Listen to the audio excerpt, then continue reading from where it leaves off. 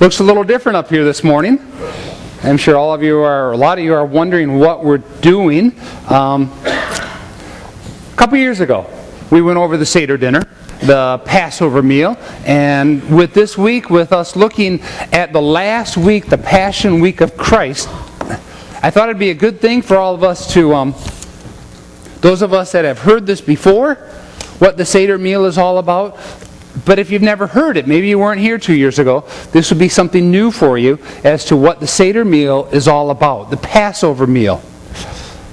I'm going to read just from Matthew chapter 26. Matthew chapter 26. Before I read this, it's starting with verse 17. Just want to remind you, what we've been looking at is Jesus cleansing the temple on the Monday, the fig tree being cursed. Jesus on Tuesday confronts the leaders. The leaders ask him questions about whose authority and different questions, and then Jesus asks them various questions. We had the Olivet Discourse where he talks about being ready for the end times. We talked about not necessarily what the signs of those times are, but are we ready in our own hearts? Are you ready for whenever the Lord calls you home? Christ was anointed.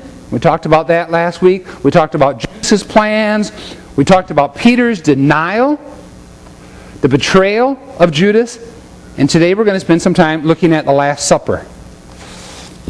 Well, Matthew 25:17 says this, "Now, on the first day of the feast of the unleavened bread, which is also the feast of the Passover or the feast of the Seder dinner," different names, "the disciples came to Jesus and asked, 'Where do you want us to make preparations for you to eat the Passover?'" Now remember, they don't live in Jerusalem. Most of the disciples are more from the northern part of Israel. Jesus replies to them, "Go into the city to a certain man and tell him, 'The teacher says, my appointed time is near. I'm going to celebrate the Passover with my disciples at your house.' So the disciples did as Jesus had directed them, and they went and prepared the Passover." I find it amazing with that whole part of the story that some people say, well, Jesus already had it prearranged with the man for the upper room. Others say, no, he just told the disciples what person to go to, what they look like, and that God just arranged it for them. Not for sure which one it was, but whichever, it was the upper room, a room large enough for all the disciples to eat the Last Supper. Or for them, what they were thinking they were doing was eating the Seder meal. Well, in the process of explaining this, we need to do some history. About 1500 BC, before Christ, the Jewish people were in Egypt. They had been there for about 400 years. Most of you hopefully recall they ended up in Egypt because there was the large famine that went on. Joseph had been sold into slavery. He ended up helping Pharaoh. They ended up saving Egypt because he became vice president. They had the famine for the so many years of good food, 7 years of good, and then 7 years of famine. So the Jewish people moved down, the Hebrew people moved down to Egypt. For a while, the Egyptians loved the Jewish people. But then we're told that there arose a Pharaoh who did not remember Joseph. And it's interesting what was going on. When Joseph was there, the Pharaoh, the ruling family, was not Egyptians. They were other people, foreigners, who had moved in and had sort of taken over the land of Egypt. When the Egyptians themselves, the native born, if you want to say, take over again, they forget about Joseph. Because he was part of the ruling people years before. They don't want to remember. Well, I'm sure most of you all remember the story, how then God rose up Moses. Moses went into the desert for 40 years, came back out of the desert, and God said to Moses, "You need to lead my people to the promised land." But Pharaoh says, "No way, Jose, I'm not letting your people go." So there's 9 plagues that take place. And we're going to just briefly talk about the 9 plagues, but 9 plagues, and it's interesting that the land of Goshen, where the Hebrew people lived, was exempt from most, if not all, of those 9 plagues, except the last plague. except the last plague, the plague of the death of the firstborn. The plague of the death of the firstborn. That's where the Seder, the Passover meal, comes from. When the angel of death passed over people's houses who had put the blood of the lamb on the doorposts. With that, to sort of get a feel now of how the Seder Passover meal has been done and is still played out in homes today, and I'm a little excited. A lot of you know John and Chris Crane. They're in Israel right now, and they're going to be doing a Seder Passover meal with a Jewish family this next week while they're in Israel. So that's pretty cool.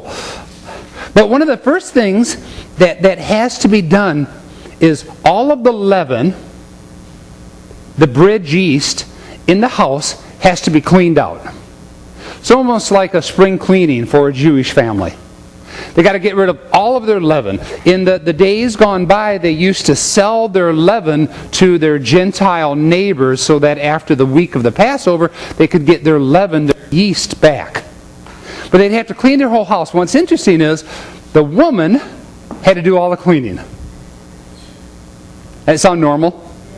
Yeah, the woman had to do all of the cleaning. But what's really interesting is it was only the man who could call the house clean. There's a problem there, isn't there? Yeah. The woman does all the work, the man gets the credit. What they would do is, the man would have to search the house and have to inspect the whole house after the wife said it had been clean. He would look for any yeast. So today, they'll look for yeast or leaven in their house. And when a man would find a piece of yeast, he would take a feather, take the feather, and he would brush the yeast. I have nothing up on the table, but brush the yeast into the wooden spoon, put it into a napkin, fold it up, go off to the local synagogue where there's a big bonfire, and burn it in the big bonfire, symbolizing getting rid of the yeast in their house. And we're going to look at what yeast really stands for the Jewish people. And really what yeast also stands for Jesus Christ. Well, let me just go there right now. The yeast. Jesus says the words, "Beware of the yeast of the Pharisees." What is he talking about? Rhetorical question. What is he talking about? God wanted all of the yeast gone from the Jewish homes during the Passover meal because the yeast represented, the leaven represented sin in their life. Sin in our life. So when Jesus says, beware of the yeast of the Pharisees, it's beware of the sin of the Pharisees. It's interesting if you take, some of you make, it's called Herman bread, I think, or friendship bread. Right? You make it up, and then you divide it up, and you bake some yourself, and you pass it on to some of your friends, and your friends take it and make it up, and divide it up, and pass it on to their other friends. Those friends, get the picture? It just goes on and on and on. That beginning part of the dough with the yeast in spreads to all of the other doughs or all of the other loaves of bread that are made. The sin in our life has come from Adam and Eve. Adam and Eve sinned, and so we all have part of that sin in our life. And Jesus says, or the Seder dinner says, you need to get rid of that. You need to get rid of that yeast. Christ says we need to get rid of that yeast within our hearts and our lives. And it's also interesting, the Apostle Paul says in 1 Corinthians, your boasting is not good. Don't you know that a little yeast works through the whole batch of dough? Get rid of the old yeast that you may have a new batch without yeast, as you really are. For Christ, your Passover lamb, has been sacrificed. Therefore, keep the festival not with old yeast of malice and wickedness. So Apostle Paul is saying that yeast, that leaven in our lives may be malice or wickedness. We've got to get rid of that, get it out of our homes, get it out of our home, of our body, in order that we can have the bread of sincerity and truth. Now the women, though the women, they have to do all the cleaning, they don't get any credit really for cleaning